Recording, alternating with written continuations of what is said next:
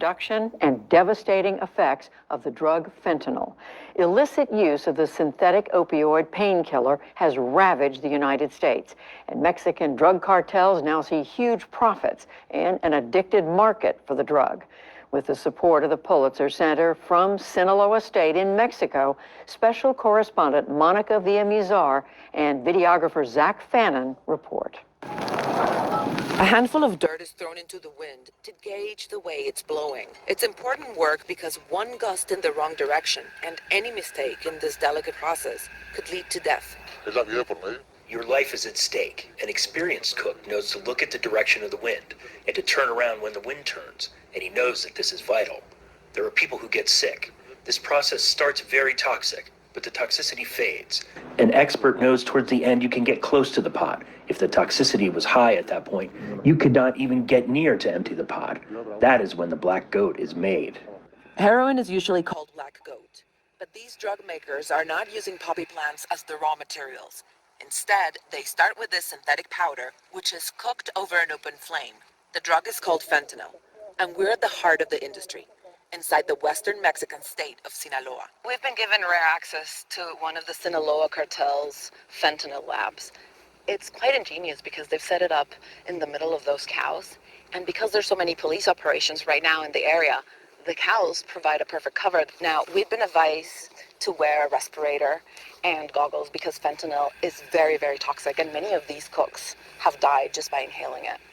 These cooks work without protective equipment, and they believe in a myth here that drinking beer will disable the high that comes along with being close to the heated substance.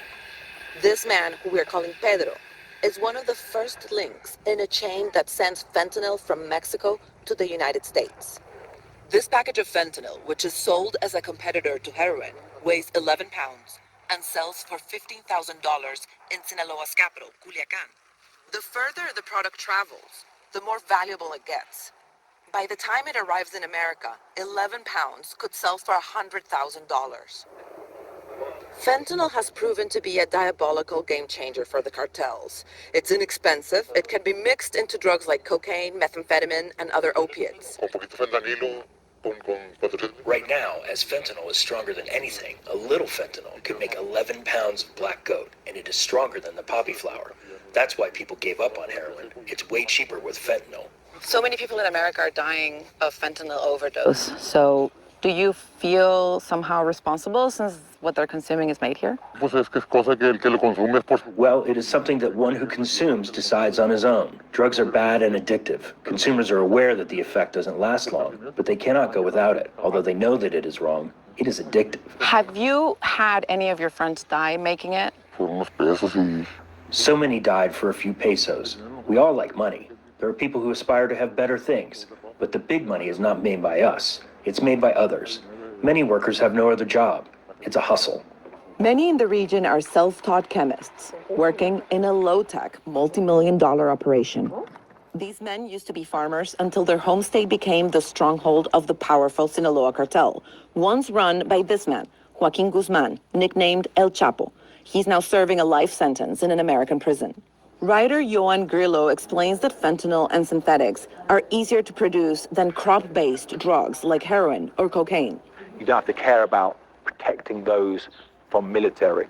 You just buy some precursors, you mix it up in a lab, and you've got your drug. So the profit margins are massive on synthetic drugs. Also, you can do this anywhere. So this has really changed the geography of organized crime as well.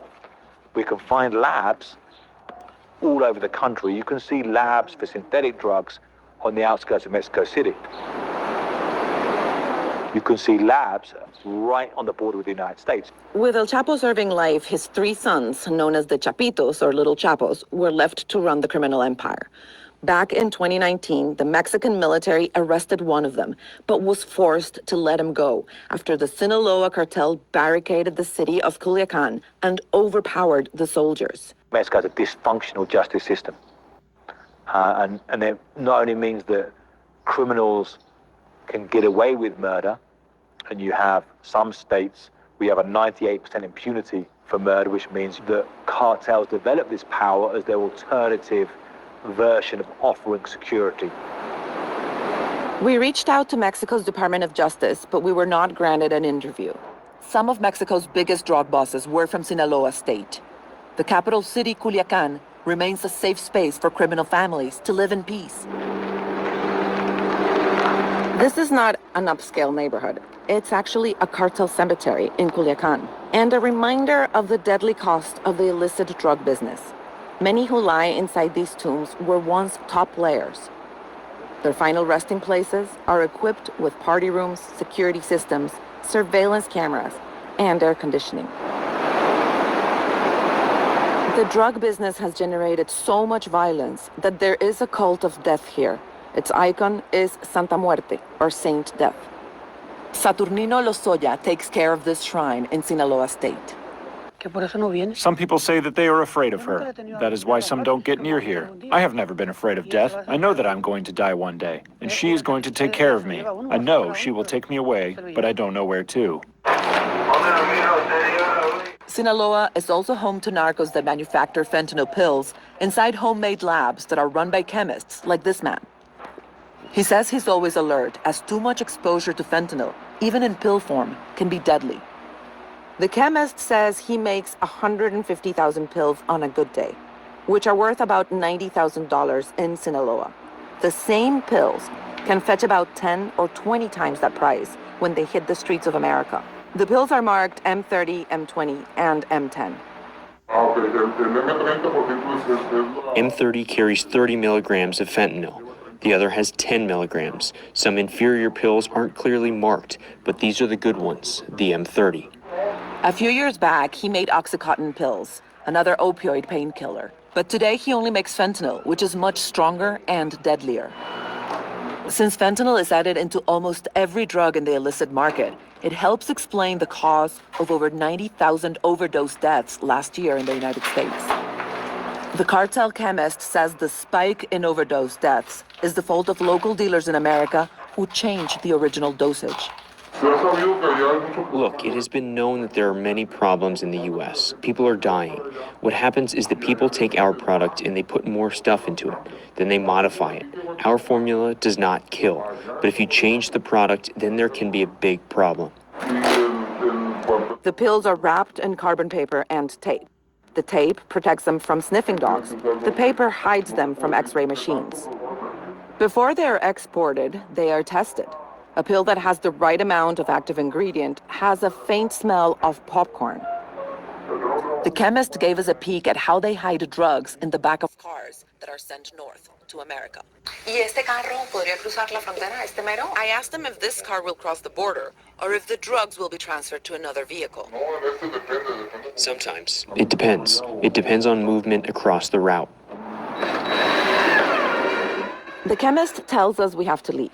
The presence of our camera risks his operation. According to the U.S. Customs and Border Protection, the vast majority of fentanyl goes into the U.S. through legal ports of entry, in vehicles. Nobody knows how much fentanyl in both gel and pill form is successfully crossing the southern border. But as long as there is demand, chemists and cooks like these men will keep up the supply.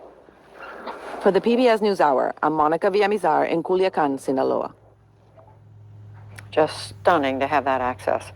And hey guys, welcome back to the channel. So now we're reviewing a video. It's called A Secret Look at the Mexican Cartel. Basically how they make fentanyl and someone how it gets over here. But to me it's like this video is like directing all of its attention and all of the deaths of people in the U.S. on the Mexican cartel, when the United States, the government has been doing this for years, like the crack epidemic. Like they got all those drugs from other countries. This is how they make money.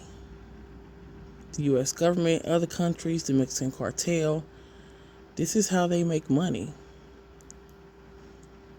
It's sad, but here lies some of the truth.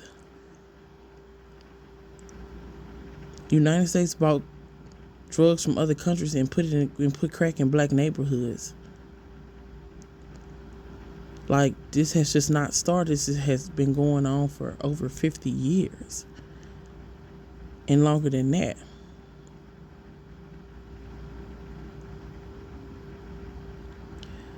Like, subscribe, leave a review. I'm out, guys.